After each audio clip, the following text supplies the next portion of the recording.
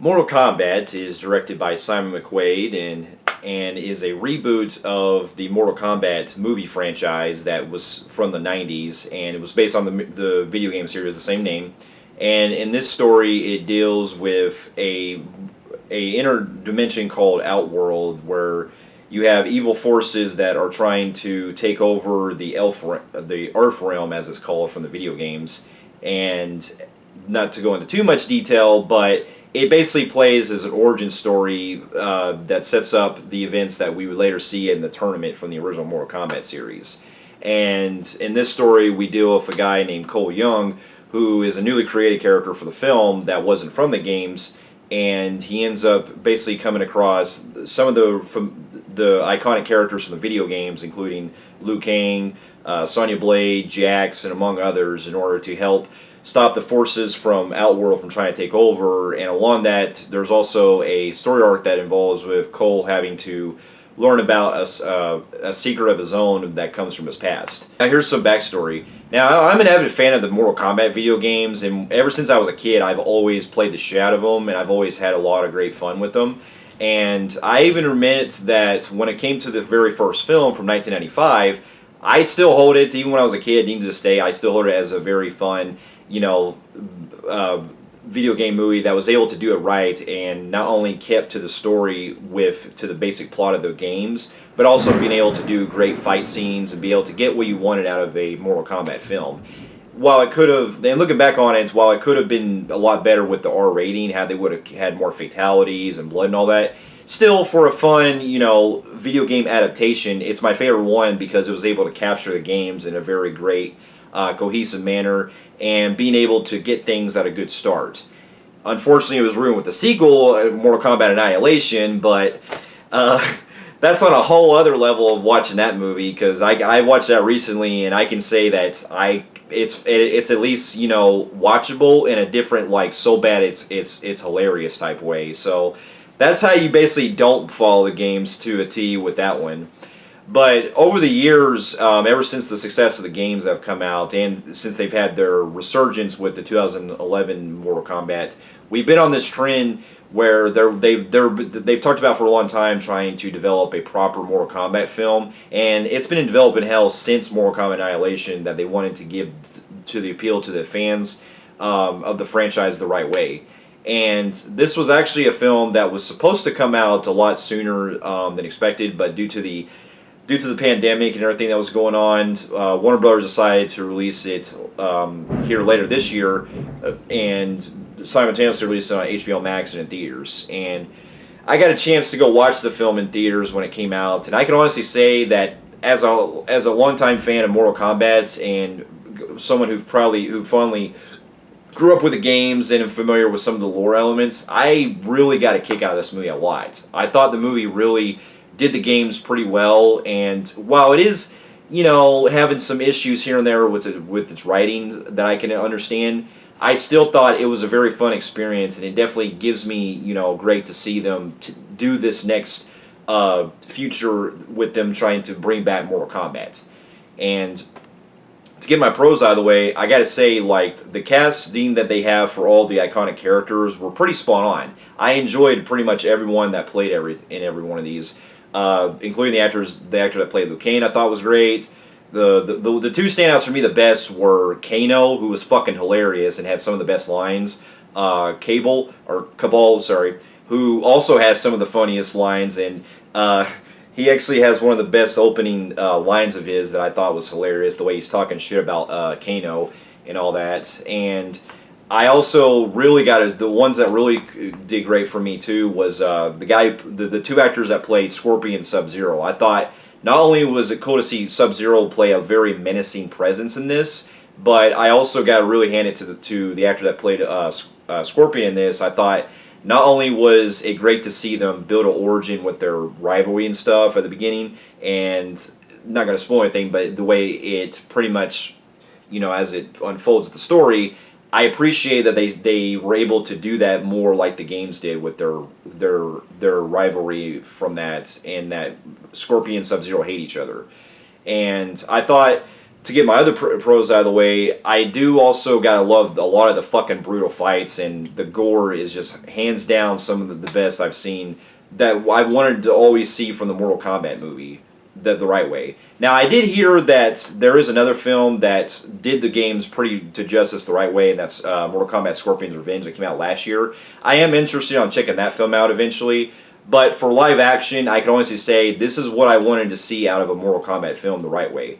But at the same time, I also put on the same level as the '95 Mortal Kombat in a different way, because there's things I appreciate more in this as far as like gore and the fatalities and the fights that were what you expect from Mortal Kombat. But then there's things in the original '95 version that I thought had a lot of its charm of its own, and being able to choreograph the fight scenes well and everything. And so I look at these as basically apples and oranges the way I compare them. But to get my other pros, I really enjoy a lot of the lore they set up with the characters, and while there's some things that they could have established more based off of, especially the things that they set up with Liu Kang and Kung Lao, and certain other things that they could have tweaked on as far as like spending more time in Outworld. For what we get, I am glad to see that they were able to take that liberty and give us what you expect from trying to set this up for the later tournament and everything. And the biggest strong outs I have for the story is like going back to the camaraderie between Sub-Zero and Scorpion that I thought was one of the bright spots I enjoyed. And so I didn't really go into this much expecting much of a great story necessarily. I just went into it just as an entertaining, fun Mortal Kombat film that it was able to have the balance of both worlds. And I will say too that it was cool to also hear them do a rendition of the theme from the 1995 movie that was in there too, and I thought it really got it rocking the tune out and everything. It's a more synthesized. Well, I guess I wouldn't say dubstep, but it's more of a like more upbeat version of the original one. That's more that straight techno type. But I thought it still was a good theme song, and to get my other if I do have to get into some of my cons, I will say that while the film is a lot of fun and I did enjoy it, will say that the film did feel very rushed in a lot of scenes because the editing made it seem like we were jumping back and forth between going from one place to the other in the different dimension world of Outworld to Earthrealm, and it could have had more time to breathe with setting things up a lot better. And maybe give us some more like development for some of our characters. But for what they do with it, but it is kind of like on the plus side, I appreciate that they were doing more of an origin on this and basically telling the tale to build up to the tournament, which I thought was a nice change. But I get it, it is one of those where it feels like they could have put more time into the writing aspect, because it feels to me that they also did spend a lot of too much time on the Cole Young character that I felt was very, not so much of a compelling character that they pretty much set up for it. There is a cool idea that could have worked with him, and in that there's something that has to do with basically his lineage, and I'll leave it there. But basically, it has his where he comes from and everything, and all that I think is a good idea on paper.